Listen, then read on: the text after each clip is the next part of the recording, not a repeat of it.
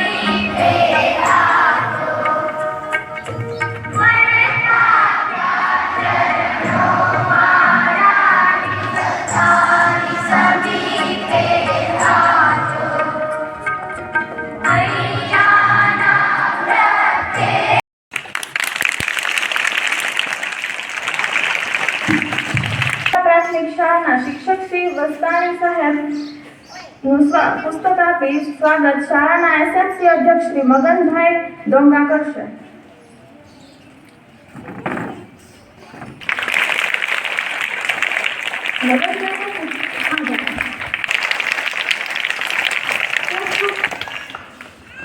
હવે મહેમાનશ્રીને વિનંતી છે કે આજે તેઓ જે શુભ આશયથી જે શુભ કાર્ય કરવા માટે આવ્યા છે તે પોતાના વરદ હસ્તે પ્રારંભે અને આ પુણ્યનું કાર્ય કરી નાના નાના બાળકોને શુભ શિક્ષણ માટે પ્રવેશ કરાવશે.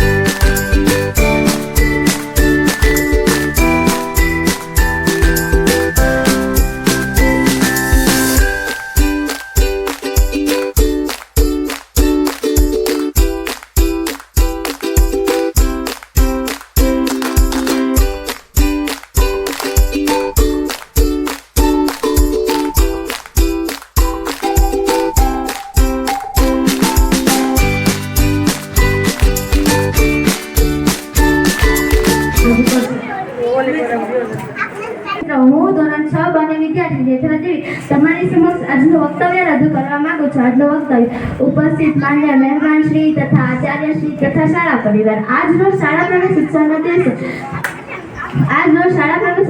દિવસે હું સ્વસ્થ પર્યાવરણ અંગે વક્તવ્ય રજૂ કરવા માંગુ છું. પર્યાવરણ એટલે આપણી આસપાસનું વાતાવરણ. શુદ્ધ જીવન જીવવા માટે વાતાવરણ શુદ્ધ હોય તે વાત અત્યંત મહત્વની છે. વિજ્ઞાન અને ટેકનોલોજીના વિકાસથી બોલતા માનવી સમક્ષ પર્યાવરણની સુરક્ષા માટેનો ગંભીર પ્રશ્ન ઊભો થયો છે. જો સમયસર પગલાં ભરવામાં નહીં આવે તો વાતાવરણને શુદ્ધ રાખવું મુશ્કેલ થઈ પડશે. 20મી સદીમાં અનેક ઉદ્યોગો શરૂ થયા હતા અને તેના રસાયણો, ધુમાડો, કોલસા અને રૂના રજકણો જેવા અનેક અને હાહાકાર મચી ગયો હતો. આજે અવાજનું પ્રદૂષણ પણ દિવસેને દિવસે વધતું જાય છે. માનવી પોતાના મોજ શોખ માટે પર્યાવરણનો નાશ કરી દે છે અને દંતછોડ મેળવવા માટે હાથીઓનો શિકાર કરે છે. આમ આજે પર્યાવરણની સુરક્ષાનો પ્રશ્ન ગંભીર બન્યો છે.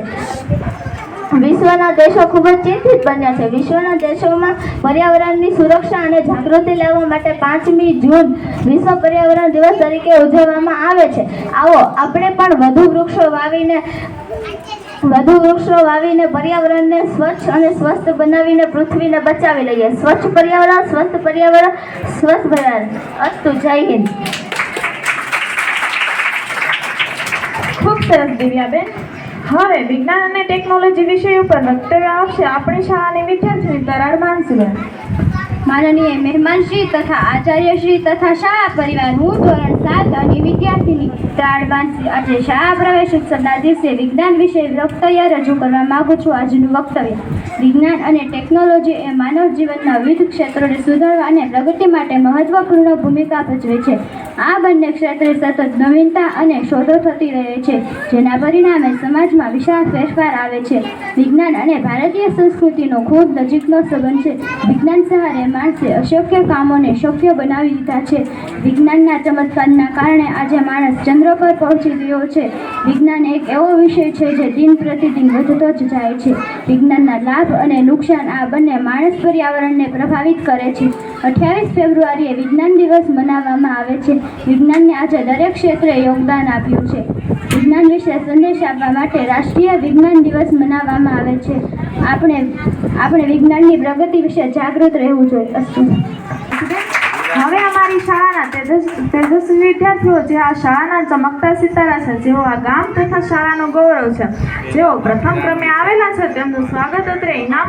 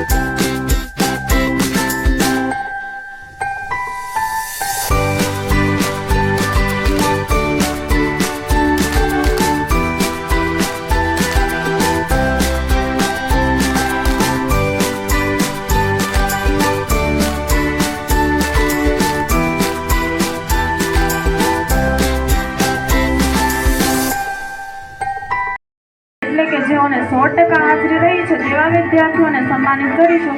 તો હું CRC સાહેબ શ્રી પંકજભાઈને વિનંતી કરું કે તેઓ આગળ પધારીને બાળકોનું સન્માન કરે.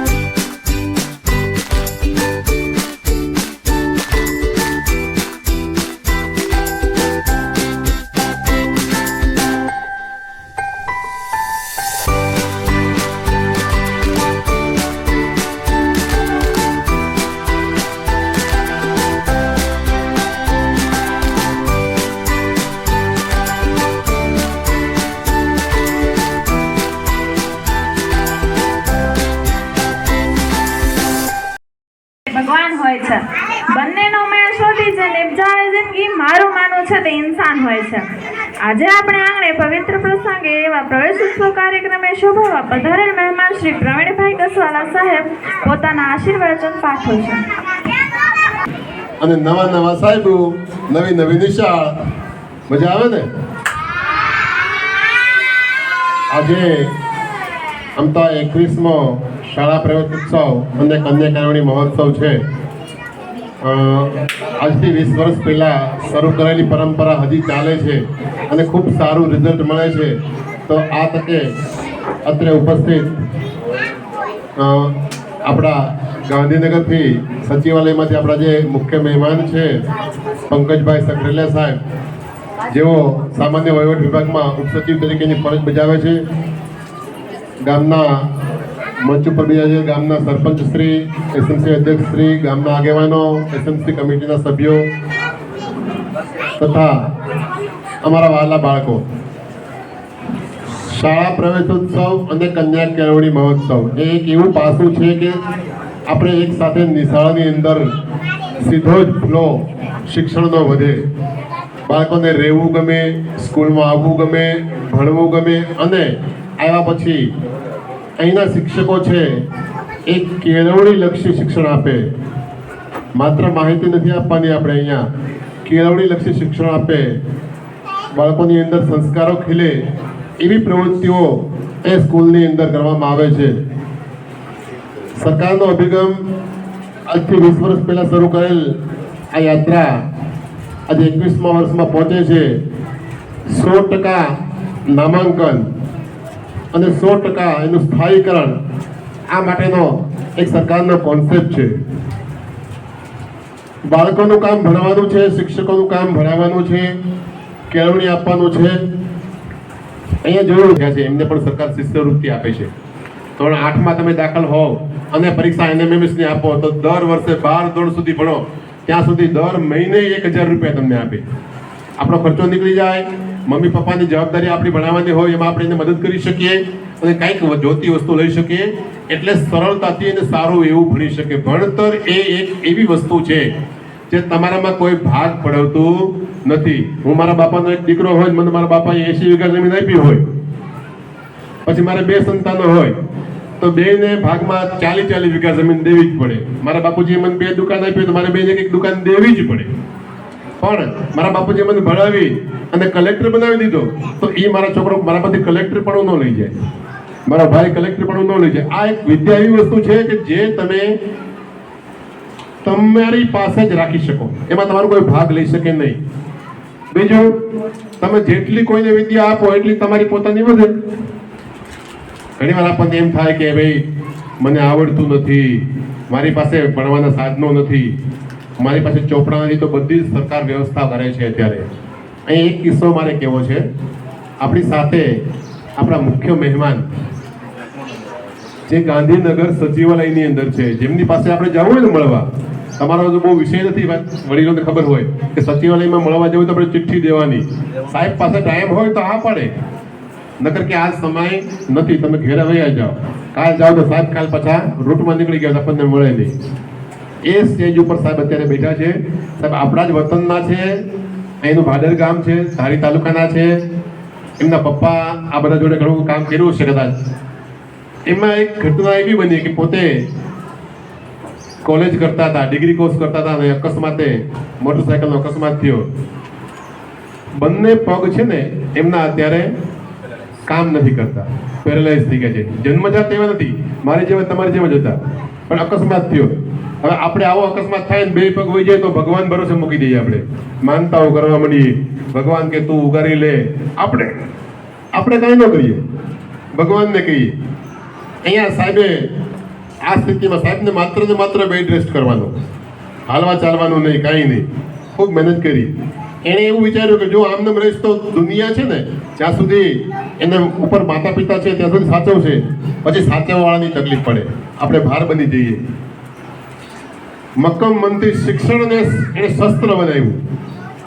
જીપીએસસી જેવી પરીક્ષાઓ જે તમે 3-4 વખત પરીક્ષા આપો ને પાસ થઈ શકો, આખા 2-5 વર્ષ ટ્યુશન કરો ને પાસ થઈ શકો, માત્ર ને માત્ર એમને રૂમમાં બેસી બેડ ઉપર સુતા વાંચન કરી અને પહેલા જ પ્રયત્ને આવી પરીક્ષાઓ અને જીપીએસસી અને યુપીએસસીની પરીક્ષા પાસ કરી આજે સામાન્ય વહીવટ વિભાગની અંદર ઉપસચિવ તરીકે કામગીરી બજાવે છે. આપણે અહીંયા એમની હિંમતને આદર્શ તરીકે લઈ અને આપણું ભણતરનું કામ છે એ આગળ વધારીશું. અસ્તુ. જય હિન્દ. વિનંતી કરું કે તો પોતાના આશીર્વચન પાઠવશે. માનનીય સરપંચ સાહેબશ્રી તેમજ ગામના અન્ય આગેવાનો, ગ્રામજનો,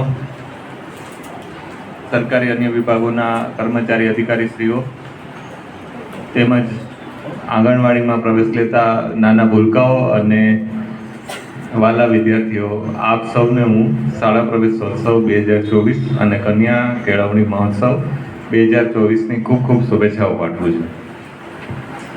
આજે જ્યારે આ ખૂબ શુભ અવસરે આપણે ભેગા થયા છીએ ત્યારે સૌપ્રથમ જે એન્કરિંગ કરે છે નાની બાળા માનસી તેમજ પ્રવચન આપ્યું, એક સ્વાગત ગીત ખૂબ જ સરસ રજૂ કર્યું.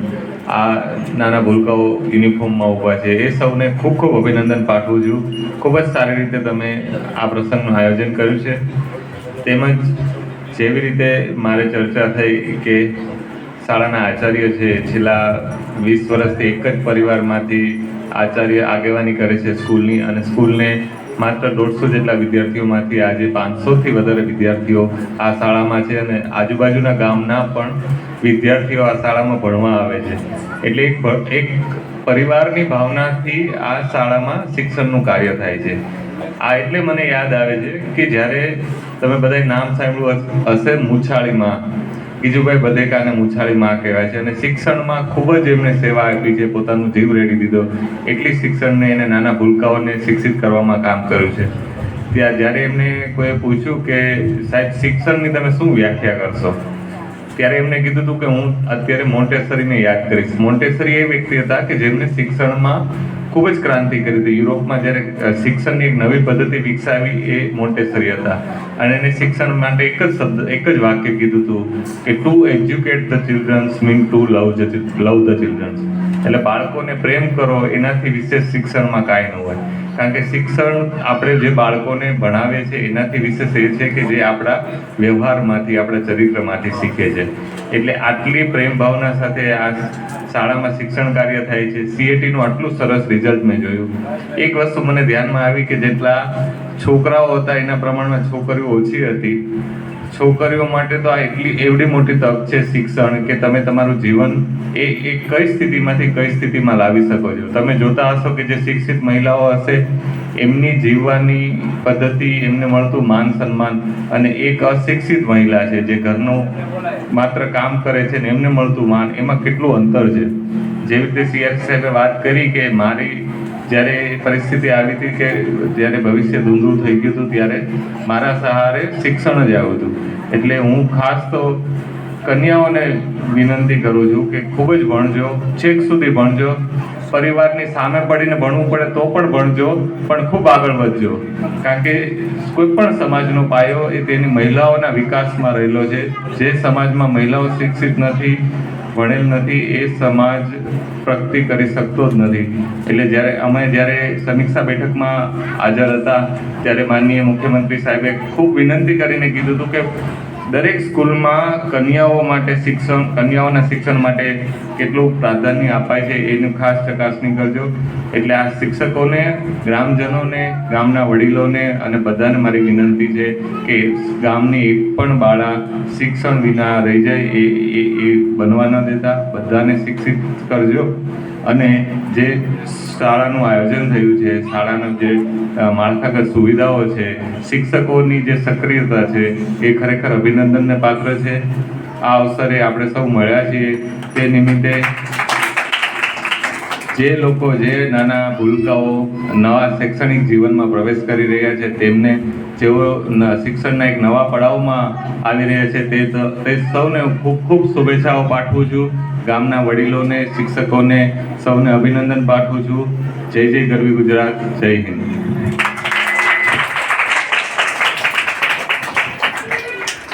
ખૂબ ખૂબ આભાર. સાહેબ સ્પેશિયલી સન્માન આપવા માંગે છે અને કંઈક વિશેષ કહેવા માંગે છે. એટલે સાહેબ પોતાની જે બુક છે એ ભણવા માટે, દીકરીઓને ભણવા માટે ખાસ તો એ પ્રતિક સ્વરૂપે આપે છે. સાહેબની સહીવાળી ને સંદેશાવાળી બુક છે, વાંચવાની ને કંઈક અનુસરવાની. ખાસ ઉપસ્થિત રહી પંકજભાઈ જે આપણા જિલ્લા ગાંધીનગરથી પધારેલ છે એ સાહેબ વસ્તાણી સાહેબ, ગામના સરપંચશ્રી, અધ્યક્ષ ભરતભાઈ, પૂર્વ આચાર્ય ભરતભાઈ, દિનેશભાઈ તથા ગામના આગેવાનો વડીલો જે પધાર્યા છે એ તમામનો આ તકે અમારા શાળા વતી હું ખૂબ ખૂબ આભાર માનું છું. ખૂબ ખૂબ ધન્યવાદ. જે બાળકોએ અહીંયા આટલી ધીરજથી સાંભળ્યો કાર્યક્રમ એ બદલ બાળકોનો પણ આભાર. જે વિદ્યાર્થીઓ ખડે પગે સતત રહી અને આપણે બાળકોનું ધ્યાન રાખ્યું એનો પણ ખૂબ ખૂબ આભાર. આ તકે તમામ શિક્ષક મિત્રો, વડીલો, ગ્રામજનો, ભાઈઓ તથા બહેનો તમામનો હું હૃદયપૂર્વક આભાર માનું છું. જય હિન્દ, જય ભારત.